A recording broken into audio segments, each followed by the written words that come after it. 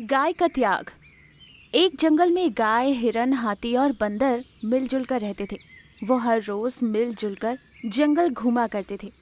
इनमें से बंदर, जो बहुत ही नटखट था, वो सबकी टांग खींचा करता था। एक दिन बंदर भागते हुए आकर अपने दोस्त से कहता है, दोस्तों दोस्तों, भागो भागो, हम बहुत बड़ी मुसीबत में जल्दी ही फंसने वाले, हमें जल्दी यहाँ से जाना होगा। क्या हुआ दोस्त, क्यों इतने डरे हुए हो? हमारे इलाके में शेरनी आई है, वो हम सबको खा जाएगी, हमें तुरंत ही यहाँ से भागना होगा। क्या क्या तुम सच कह रहे हो? हाँ, अगर तुमने मेरी बात नहीं मानी तो तुम सब उस शेरनी के हाथों मारे जाओगे। दोस्तों भागो भागो। यूं वो सब वहां से भागते और कुछ दूर जाकर वो एक जगह पर रुकते। तब बंदर कहता है, तुम सब कितने डरपोक हो, शेरनी का नाम लेते ही डर के मारे भागने लगे। तुम में से किसी के पास हिम्मत नहीं है, तुम सब बुज़दिल हो, बुज़दिल। मुझे पता है, हिम्मत वाले कभी नहीं भागते। तुम्हारी इन बेवकूफ़ियों की वजह से एक दिन हम सब मारे जाएंगे। कितना थक गई हूँ मैं भाग भाग कर, पता है। हम अपने से ताकतवर से लड़कर ही हिम्मत वाले कहलाते हैं, और तुम सब तो भाग लिए। अगर ऐसी बात है तो शेर अगर हमारे सामने आ गया तो तू अपनी हिम्मत से हमें बचा लेना। हाँ हाँ, क्यों नहीं। अगर कोई शेर हमारे सामने आया तो देखना मैं उसे कैसे नाचना चाहता हूँ। ठीक है ठीक है। वैसे बहुत प्यास लगी है, कहीं आसपास में कोई तालाब है तो चलो चलते हैं। चलो, वैसे भी भाग भाग कर हम सभी थक गए हैं। ये कहकर वो सब लोग पानी पीने के लिए पास के तालाब जाते हैं। तालाब के पास एक शेरनी थी। शेरनी को देखकर हिरन बंदर से कहती है, अरे बाप रे, वो देखो शेरनी। चल बंदर, अब जल्दी से जाकर उस शेरनी से लड़ और उससे यहाँ से भगा दे। हम सब बुज़दिल है ना, अब तू ही है जो हम सब में हिम्मत वाला है। जा, अब साबित करने का समय आ गया। अरे बाप रे, उस शेरनी से लड़ना मेरे बस की बात नहीं है। मैं तुरंत ही यहाँ से भाग जाता हूँ। अरे मगर तुम कैसे भाग सकते हो? तुमने ही तो कहा था हिम्मत वाले भागते नहीं है बल्कि दुश्मन से लड़ते हैं। अरे मैं कोई हिम्मत वाला नहीं हूँ, मैं एकदम से बुज़दिल हूँ। मुझे छोड़ दो और तुरंत यहाँ से भागो। ये सुनकर वो सब वहाँ से भागकर दूर जगह पर चले जाते। अगले दिन शेरनी उनके इलाके में आती और कहती है, आज तो मुझे बहुत ही स्वादिष्ट भोजन मिला है, मैं हिरन का शिकार कर उसे आराम से खा सकती। शेरनी की बातें सुनकर सारे जानवर डर के मारे कांपने लगते हैं। तब गाय कहती है, तुम मुझे खा लो पर मेरे दोस्त को छोड़ दो। नहीं, आज मैं सिर्फ हिरन को ही अपना शिकार बनाऊंगी। ये कहकर शेरनी हिरन पर हमला करने की कोशिश करती है कि तभी गाय शेरनी को रोकते हुए अपने दोस्तों से कहती है, तुम सब यहाँ से भाग जाओ, जल्दी करो। नहीं दोस्त, हम तुम्हें छोड़कर कहीं नहीं जाएंगे, हम तुम्हें बचा लेंगे। देखो तुम लोग मेरी चिंता ना करो, तुम सब खुश रहो और यहाँ से भाग जाओ। ये सुनकर सारे जानवर उदास हो जाते और वहाँ से चले जाते। शेरनी के हमले में गाय मर जाती।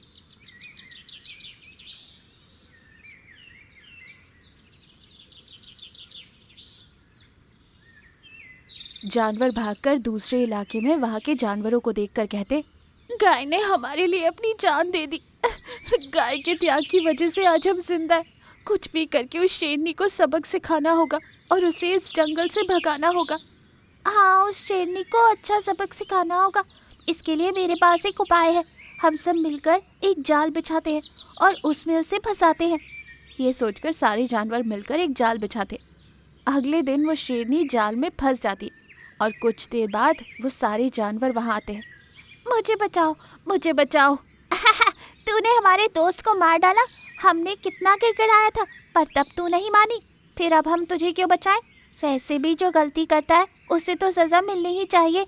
मुझे माफ़ कर दो, आगे से मैं अपना जीवन अच्छे से गुजारूंगी, किसी को तंग नहीं करूंगी। इस जाल से मुझे बचा लो, यहाँ से भाग जाऊंगी, फिर कभी वापस लौट कर नहीं आऊंगी। शेरनी की बात सुनकर हिरन कहती, हमारे बड़ों ने कहा है कि दुश्मन को भी बदलने का मौका देना चाहिए, इसीलिए हम भी तुझे मौका दे रहे। तू हमारे इलाके से वापस चली जा और अच्छे से जीवन गुजार। हिरन के ये कहते ही हाथी जाकर जाल खोल देता है और शेरनी बाहर आती है। दोस्तों बहुत बहुत शुक्रिया, मैं यहाँ से चली जाऊँगी और सबके साथ मिलजुल कर जीवन गुजारूंगी। ये कहकर शेरनी वहाँ से चली जाती है। उसके बाद सारे जानवर खुशी खुशी जीवन गुजारने लगते हैं। इस कहानी से हमें ये सीख मिलती है कि दोस्तों के लिए बड़े से बड़ा त्याग करने के लिए तैयार रहना चाहिए और साथ ही साथ दुश्मन को माफ़ करने का भी गुण होना चाहिए। विशाल शेरनी जानवर बचाओ और बाघ का कहर। एक बार की बात है, बहुत ही सुंदर और घना जंगल था। जंगल का राजा शेर अपनी बेटी रोमा और पत्नी के साथ रहता था। एक दिन शेर और शेरनी अपनी गुफा में आराम कर रहे थे कि तभी वहां एक बाघ आता है और शेर से कहता है, महाराज रक्षा कीजिए, जंगल में एक बहुत ही बड़ी मुसीबत आई है। क्या मुसीबत? और वो भी हमारे जंगल में? क्या बात है, साफ साफ कहो। महाराज, जंगल में एक दुष्ट खूनी भेड़िया घुसा है और वो अपनी ताकत से जानवरों को बड़ी ही बेरहमी से मार रहा है। उस दुष्ट भेड़िए की ये मजाल कि वो मेरे जानवरों पर हमला करे। तुम चलो मेरे साथ, मैं अभी उसे सबक सिखाता हूँ। ये कहकर शेर बाघ को अपने साथ लेकर निकल पड़ता है। कुछ दूर जाते ही झाड़ियों में छुपी बाघ की सेना एकदम से शेर पर हमला कर देती है। बाघ की सेना ज्यादा थी और शेर अकेला। अचानक हुए हमले से शेर भी कुछ नहीं कर पाता और मर जाता है। शेर के मरते ही बाघ अपनी सेना को लेकर शेरनी की ओर बढ़ने लगता है और ये सब वहीं कुछ दूर पर घास चर रही गाय देख लेती है। वो तुरंत भागते हुए बाघ से पहले शेरनी के पास पहुंच जाती है और शेरनी को सारी बात बताती है। ये सुनकर शेरनी जोर जोर से रोने लगती है। इससे पहले कि वो कोई फैसला ले, शेरनी देखती है कि बाघ अपनी सेना को लेकर उसकी ओर आ रहा है।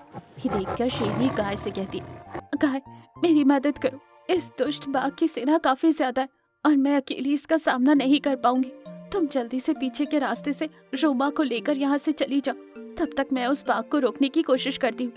ये सुनकर रोमा कहती है, माँ मैं तुम्हें छोड़कर कहीं नहीं जाऊंगी और मैं उस दुष्ट बाघ से लड़ूंगी। बेटा रोमा, तुम अभी बहुत छोटी हो, तुम उस दुष्ट बाघ का सामना नहीं कर पाओगी। तुम्हें मेरा वास्ता, तुम बड़ी होकर अपने पिता की मौत का बदला लेने आना। मेरी बात मानो और अभी जल्दी यहाँ से चली जाओ। गाय तुरंत रोमा को लेकर अपने साथ वहाँ से निकल जाती है। जैसे ही गाय वहाँ से निकलती है, बाघ अपनी सेना को लेकर शेरनी के पास आता है। अरे ओ शेरनी, कहाँ है तेरी बेटी? मैंने तेरे पति को मार दिया और अब तुझे और तेरी बेटी रोमा की भी जिंदगी नर्क बनाऊंगा। हा हा हा हा।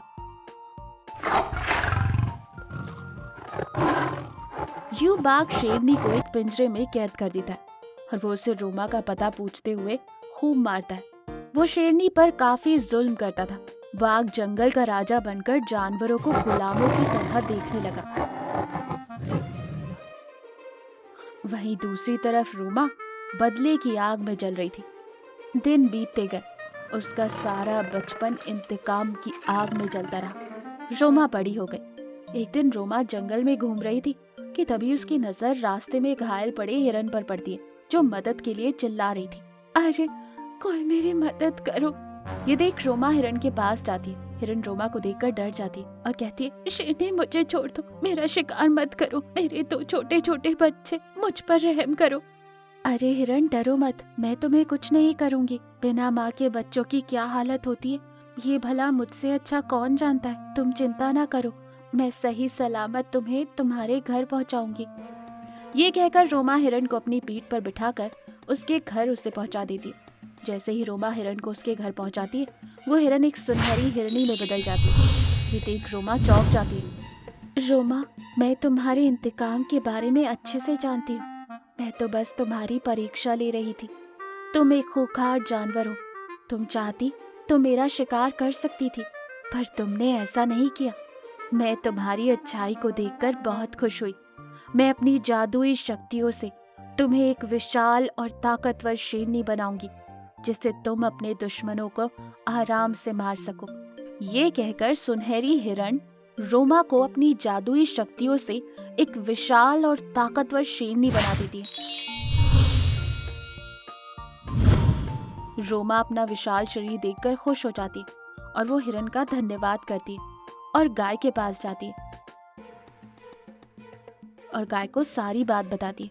सारी बातें सुनकर गाय कहती है, रोमा, अब वक्त आ गया है उस दुष्ट बाघ को खत्म करने का और तुम्हारी माँ को उस दुष्ट की कैद से आजाद कराने का। गाय और रोमा बाघ के पास आते हैं। रोमा अपनी माँ को पिंजरे में कैद देख उदास हो जाती। शेरनी बिना भोजन और पानी के बहुत कमजोर हो गई थी। बाघ शेरनी के सामने बैठकर ढेर सारा भोजन खा रहा था। ये देख रोमा को बहुत गुस्सा आता और वो जोर से दहाड़ मारती और रोमा की दहाड़ सुन बाघ एकदम से चौंक जाता है। रोमा अपनी माँ से कहती, माँ मैं आ गई हूँ और इस दुष्ट बाघ का अंत भी। ये सुनकर बाघ गुस्से में आग बबूला हो जाता है। वो अपने सिपाहियों से कहता है, अरे ओ सिपाहियों, खड़े खड़े मेरा मुंह क्या देख रहे हो, खत्म कर दो इसको। बाघ के सारे सिपाही एकदम से विशाल शेरनी पर टूट पड़ते। ये कहकर रोमा एक ही वार में बाघ को मार देती। बाघ के मरते ही रोमा सबसे पहले अपने रूप में आ जाती है। गाय शेरनी के पिंजरे से शेरनी को आजाद करती है। रोमा अब जंगल की रानी बनकर जंगल पर राज करती थी और फिर जंगल में खुशियां छा गई। इस कहानी से हमें ये सीख मिलती है कि बुराई चाहे कितनी भी ताकतवर क्यों ना हो, एक ना एक दिन उसका अंत जरूर होता है।